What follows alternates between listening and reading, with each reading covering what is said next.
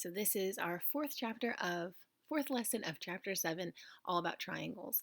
This lesson will include some vocab that you're very familiar with and a couple review notes. It'll also include a little bit of new stuff. So let's be sure to take some notes and ask some questions in class tomorrow if you didn't understand something. So let's get started right away with some drawings. First, it says that we are going to draw an example of each. So 1 through 6, we're going to draw some examples and include all necessary congruency marks. So we're going to start off with an acute triangle.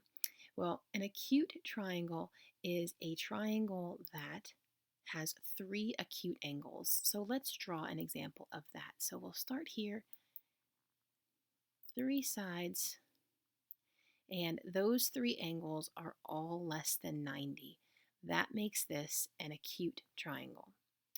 A right triangle is a triangle that has exactly 1 right angle. So we're going to start off with the right angle, and we're going to connect those 2 outer pieces. So see, here's my right angle, and every right triangle is going to have 1 right angle and 2 acute angles. So here's my right angle, and here are my 2 acute angles. And there is a mathematical reason for that. We're going to find that out very soon.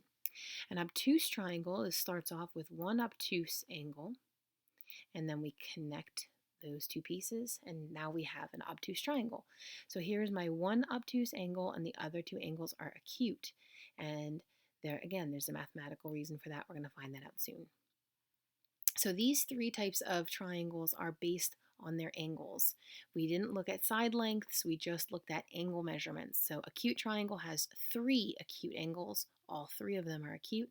Right triangle, 1 right angle. Obtuse triangle, 1 right angle. Sorry, 1 obtuse angle.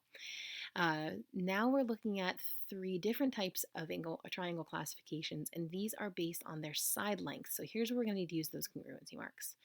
So an equilateral triangle is a triangle that has 3 sides that all measure exactly the same. And you're going to notice this looks a lot like our triangle up here. That's our acute triangle. But we're going to add some information so that you know we're looking at our sides. We're going to add these congruency marks. 1 tick mark on each side tells us that each of those sides measure the exact same length. So if this side is 4 inches, then this side is 4 inches, and this side is also 4 inches. And that's what makes this an equilateral triangle. In fact, the word equilateral means equal sides. Equi means equal, lateral means sides. An isosceles triangle is a little bit different. Isosceles triangles have 2 congruent sides, and that third side is different. So I've got 2 congruent sides. These 2 sides are congruent, and now you can see this third side is a different measurement. This third side is longer in this case. So I'm going to use a tick mark here, and 2 tick marks on the side that does not match up with them. A scalene triangle has no congruent sides. All 3 side lengths are different. So I'll try and do a good job drawing one of these. So you can see my 3 sides are different lengths here. So I'm going to put 1 tick mark on this side, 2 over here, and 3 over here. And that's going to show that all 3 of those sides have different lengths. So acute, right, obtuse. Those are my angle classifications. I looked at the angles for each of these before I drew the triangle. Equilateral, isosceles, and scalene, these are side classifications. So I had to be very precise with my side lengths before I could build these triangles. Let's take a look at some vocab here. We're going to start with the angle sum of a triangle. The angle sum of a triangle is 180 degrees. And angle sum means that if we take the 3 angles of a triangle and we add their measurements together, we're always going to get this number, 180. And that's really important in solving problems. We're actually going to see an example problem that helps us use this note. Acute, right, and obtuse are all angle classifications of sides. Scalene, isosceles, and equilateral are all side classifications of sides. We already kind of talked about that. Equilateral triangles have 3 congruent angles. We already know that they have 3 congruent sides, but they also have 3 congruent angles. and each of those angles measures 60 degrees. We have another name for this, and it's called equiangular. So if you want, you can put that note as well. Equilateral or equiangular tells us that they have three of the same angles. So just another fun word for us to know. The last note here is the longest side of a triangle always sits across from the biggest angle. And this is kind of an interesting thing I don't think we ever took notice to. So let's take a look at an example here that might illustrate this. So if I have this triangle and I don't know anything about the sides, but I do know that this is a this is a 15-degree angle. This is a 35-degree angle. And this is a 130-degree angle. I could tell you that this will be my shortest side because it sits across from my smallest angle. This is my largest angle, so it sits across from the longest side of the triangle.